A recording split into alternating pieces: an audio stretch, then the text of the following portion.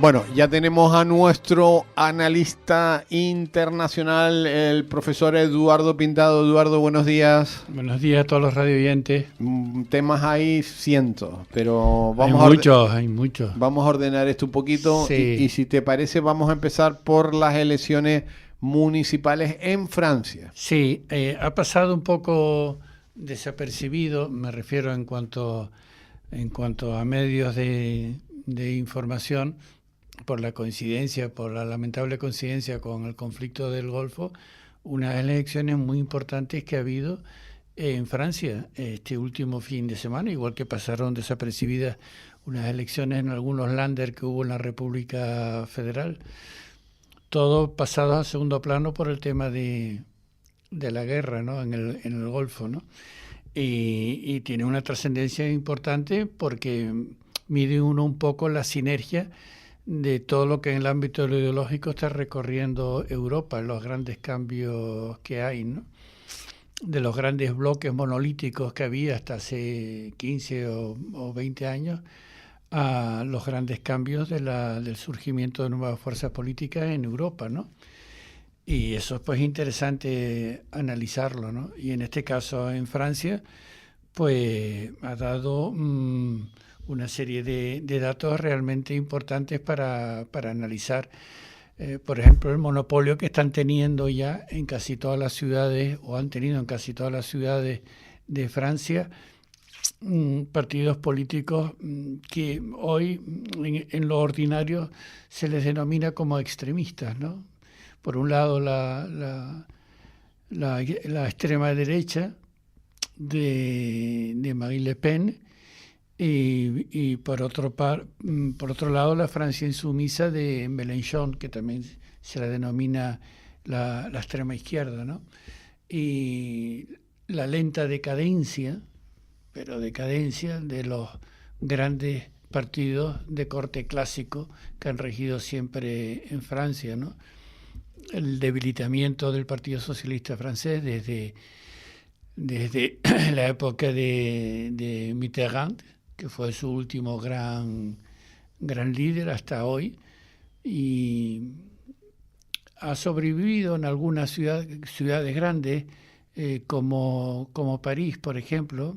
En Francia el sistema no es igual que en España, hay segundas vueltas con los dos partidos mayoritarios, y bueno, en París los años que tuvo el Frente de la Socialista Michel Hidalgo han cundido, y ha sobrevivido el Partido Socialista francés en París.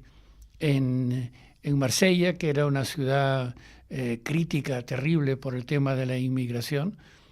El tema de la inmigración también está siendo fundamental en todos los países europeos. Ha pasado de ser un tema de segundo o tercer orden en las prioridades de los partidos políticos a ser un tema de primerísimo orden, ¿no? Y Marsella es una de las ciudades con una carga inmigratoria de las más fuertes que hay en toda Europa, ¿no? Sobre todo lo que gira alrededor del puerto de Marsella, y también con el tema de la seguridad. No estoy relacionando inmigración con seguridad, sino que simplemente el puerto de Marsella, igual que el puerto de Ámsterdam, son dos puertos tristemente conocidos por ser puertos de entrada importantes del tema de la droga en Europa.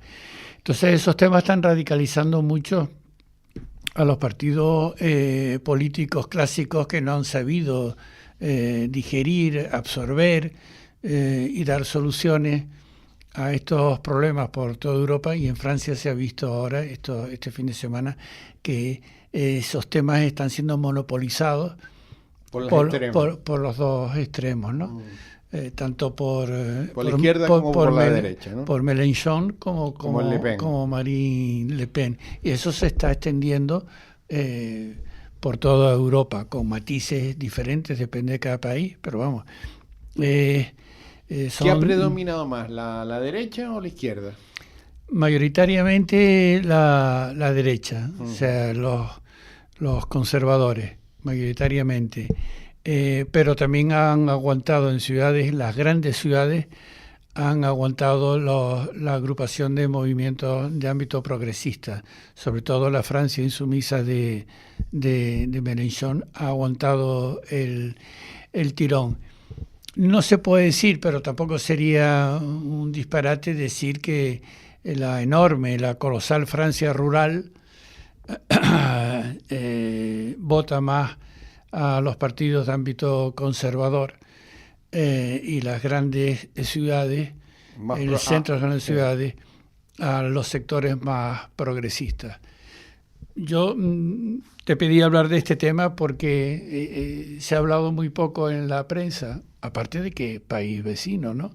Es país colindante con nosotros, y me pareció interesante tocarlo.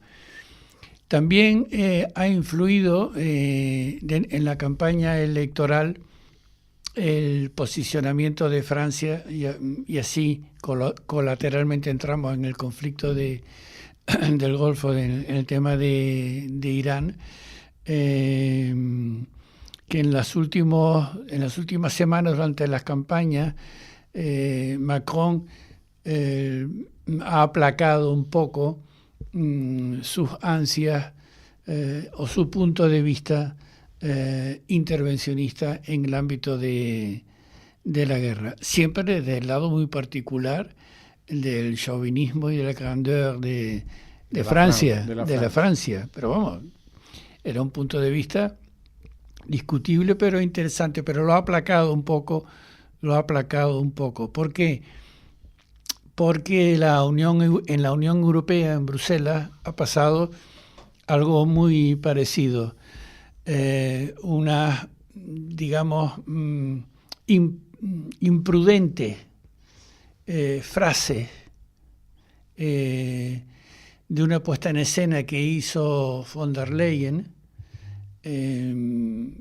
sobre ciertos aspectos de la decadencia de Europa y de la no validez de los tratados internacionales, como si esa época, lo dijo claramente, era el pasado, ¿no? Inmediatamente Antonio Costa y sectores importantes en Francia, en Alemania, en Dinamarca, en fin, en la Unión Europea, dijeron que no, que eso era un dislate. Entonces, eso ha venido a concluir estos días con un no rotundo de la Unión Europea a la petición de Trump de Estados Unidos de intervenir en el Estrecho de Hormuz. En el Estrecho de Hormuz. A la alianza esa que quiere hacer. Esa alianza de naciones. O sea que en los últimos 20 días, tanto en Francia como en la Unión Europea, ha habido un cambio importante de actitud. ¿Y ahora, entonces? Bueno, pues aquí ahora el principal actor, que el otro día no lo estudiamos detenidamente porque, en fin, eran muchos datos acumulados, ¿no? Es el tema de Israel, ¿no? Estados Unidos está sometido a las directrices expansionistas de Netanyahu, o es en su contrario, ¿no? Israel se ve abocada a seguir los pasos de Trump. Yo me quedaría en un paso intermedio, digamos, dándole cierta importancia al expansionismo de Israel, ¿no? Pero tú sabes que yo siempre tengo la costumbre, aunque en la radio es difícil por el tiempo, de no examinar o situar, juzgar el expansionismo de Israel en el justo momento de los acontecimientos que están acaeciendo o en el momento clave de los conflictos bélicos, sino yo siempre le trataba de decir a mis alumnos que no mirasen siempre el qué, lo que ocurre, sino el por qué ocurre, ¿no? Y el tema de Israel y sus ansias expansionistas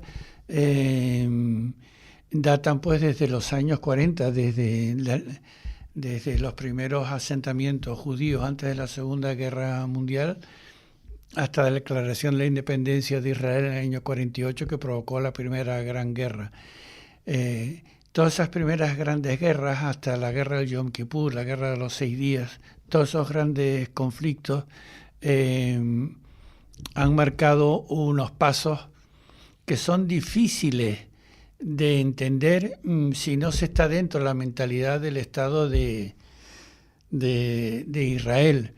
Sus grandes enemigos clásicos, estados que en su día eran laicos con grandes potencias bélicas importantes, que eran Siria, Egipto, Irak, Jordania en un grado menor, han prácticamente desaparecido como potencias bélicas importantes que podrían causarle daños a Israel en sus ambiciones territoriales. Pero el hecho en sí es que cada una y todas las guerras juntas en los últimos 50 años le han supuesto unas ganancias territoriales a Israel colosales, ¿no? Hasta llegar prácticamente a colonizar toda la antigua Galilea, ¿no? Los territorios bíblicos de la antigua Israel, hasta el desierto del Negev y la península de Sinaí, ¿no? Y quedaba poco territorio, que era con mayoría palestina, como era Cisjordania y Gaza, ¿no? Que han sido los dos últimos objetivos. Aquí uno no trata ni darle la razón a unos ni a otros, son hechos reales constatables, ¿no? Y la negación clásica de la diplomacia israelí de reconocer el Estado de Israel, que ha llevado a estas continuas guerras, ¿no? El último enemigo, entre comillas, ¿no?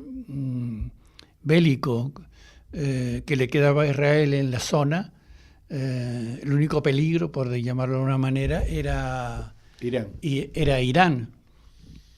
Y es donde estamos ahora, ¿no? Supuestamente, como hemos hablado en nuestros programas, por la supuesta posesión, o podría tener armas atómicas por parte de Irán, lo que pondría... Y yo te digo que no las tiene, porque si las hubiera tenido, sí, ya las hubiera usado, ¿eh? Sí, y hay mucha gente que busca un paralelismo con lo que se dijo en su día con la guerra de Irak, ¿no? Con Saddam Hussein. Pero el hecho en sí es que fuese por un motivo, fuese por otro motivo, yo creo que el gran error en su día de Irán fue hacer extensible su agresividad bélica a territorios fronterizos con el Estado de Israel. O sea, la franja de Gaza con Hamas y la franja de la frontera del Líbano, sí, con Hezbollah.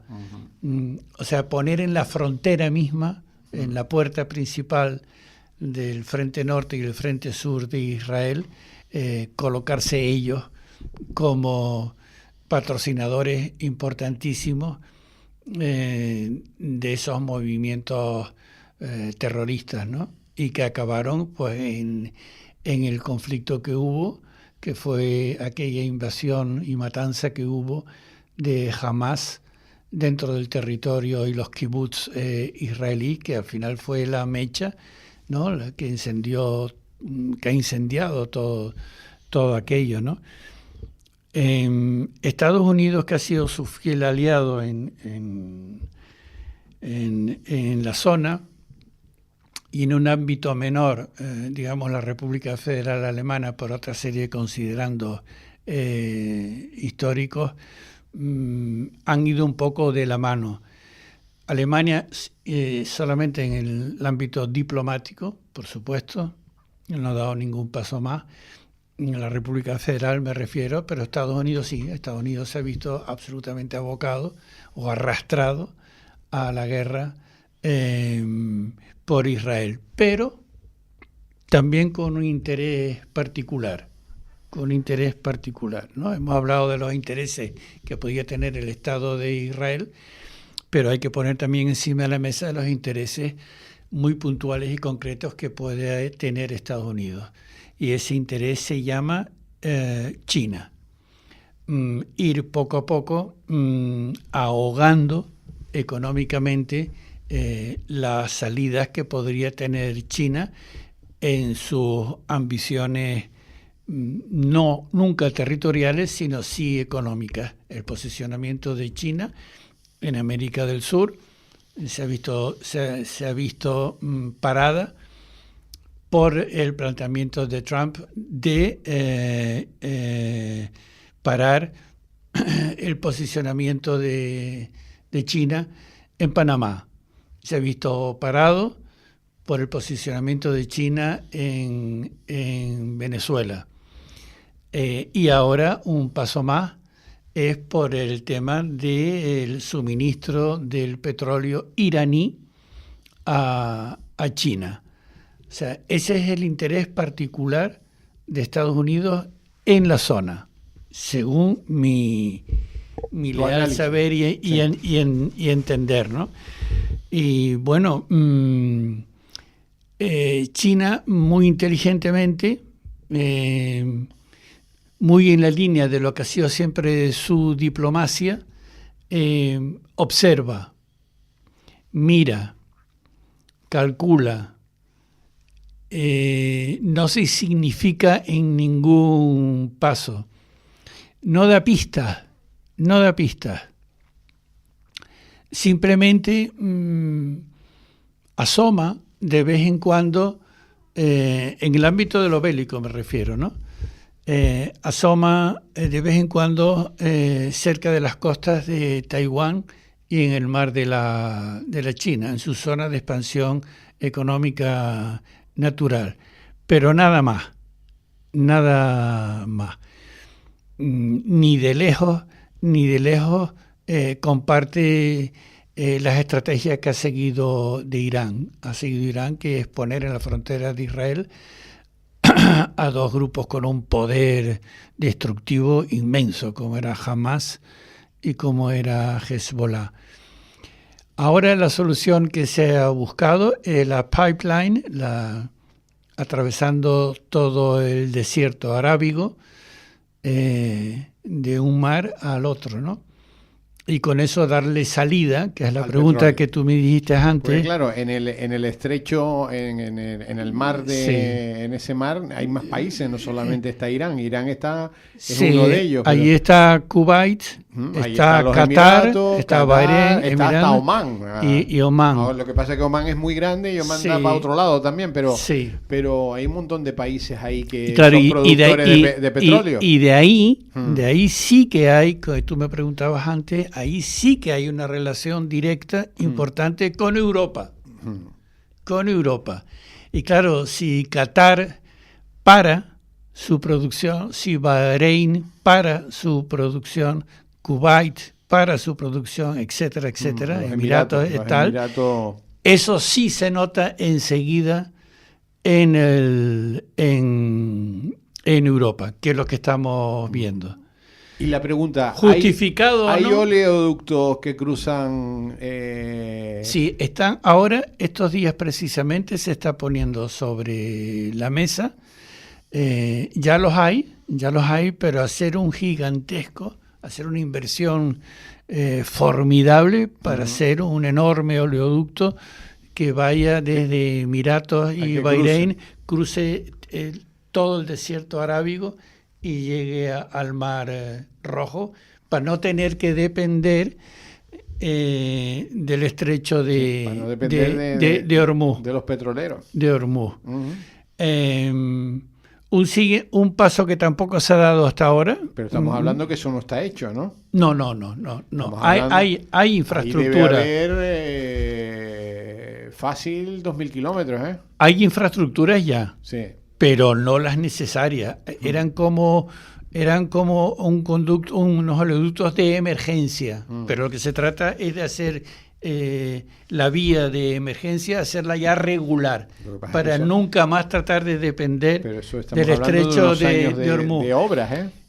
Sí, y además eso da otra pista curiosa. Eso quiere decir que en la zona, en la región, está encima de la mesa la posibilidad de que se eternice el tema de Irán, que no va a ser como el tema de Saddam Hussein. Y una pregunta que te hago yo, ¿por qué en los países de esa zona, todos los que has nombrado, que también son petroleros, no han contestado a los ataques? Allí hay...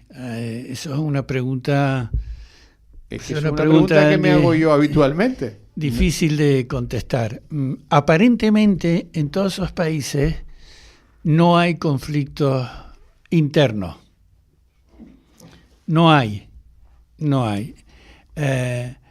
Hasta hace 20 o 30 años el panarabismo, cuando Irak, Siria y Egipto, inmediatamente se configuraba un frente común de todos los países árabes, lo que se llamaba, bueno, sigue existiendo sobre el papel, ¿no? La Liga Árabe, eran todos a una contra Israel. La diplomacia israelí en estos últimos 20 años ha ido dividiendo esa unidad árabe. Ahí hay países que se llevan mal entre ellos, también. Exacto. Y entonces los chiitas, las minorías chiitas en todos esos países son importantes. Son minorías, pero son importantes. Y son de obediencia religiosa a Irán. Único país con mayoría chiita en la zona, ¿no? Entonces, antes de tener conflictos internos que podrían tenerlo en esos países, no se atreven de dar el paso de declararle, como se siente comúnmente, de declararle la guerra a Irán. Irán. Pero es que se está produciendo algo, porque todos esos países, la gran mayoría, no solo se dedican al petróleo, han diversificado tanto su economía, entre ellos los Emiratos, su primer negocio. Antes del turismo está la inmobiliaria, toda la parte de la construcción inmobiliaria, y después está el turismo, tienen más negocios. Entonces, va a haber negocios que ellos han potenciado muchísimo, que se les va a ir de las manos, o sea, porque si hay conflicto en la zona, allí no va a ir gente a comprar un piso, ni un apartamento, ni a ir de vacaciones, ¿no? Ya eso está creando problemas importantes por ejemplo, por poner un ejemplo, ¿no? En la seguridad en los distintos aeropuertos. Bueno, el hub de Dubái es uno de los hubs más importantes del mundo. Y eso a su vez tiene como daño colateral que para ir a Australia, para ir a Japón, para ir a China, tal, el encarecimiento... Tailandia está vacío de turistas en estos momentos. El encarecimiento brutal de los pasajes de avión. O sea que Irán que la guerra de Irán sí está haciendo daño importante a distintas y variadas economías. No es un conflicto, como algunos señalan, local, regional. Es global. No, es global. Está teniendo una repercusión en todo el mundo importante. Eduardo, seguiría, pero se nos acabó el tiempo, porque yo creo que este tema voló, el tiempo voló y nos hemos pasado de tiempo. La semana que viene más. Pues sí, me gustaría ahondar un poquito más. Nos hemos quedado ahí, teníamos que haber entrado en Cuba, lo dejamos para la semana que viene. Y ahondar un poco más en el tema de las elecciones locales y municipales en Europa Occidental. Perfecto. Hasta la semana que viene. Bueno, pues un abrazo a todos los radio oyentes.